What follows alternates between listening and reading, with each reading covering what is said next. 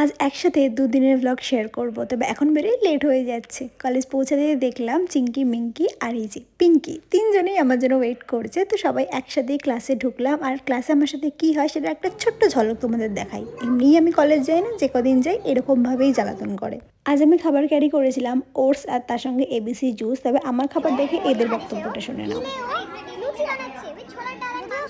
তো যাই হোক, হোলি খেলার প্ল্যানটা এই দিন থাকলেও এই দিন সবাই প্রেজেন্ট ছিল না, তো প্ল্যানটা নেক্সট ডেটে শিফট হলো। পরের দিনকে সবাই প্রেজেন্ট ছিল, আর তার সঙ্গে এখানে আমাদের একটা খুব ইম্পর্টেন্ট গ্রুপ ডিসকাশন চলছিল। দোলযাত্রার এক সপ্তাহ পরে সবাই এক জায়গায় হয়ে সুস্থভাবে খেলাটা শুরু হলো। এই বাচ্চাটি কাউকে সুস্থ থাকতে দেয়নি, তাই জন্য ওকেও ভূত বানানো হলো।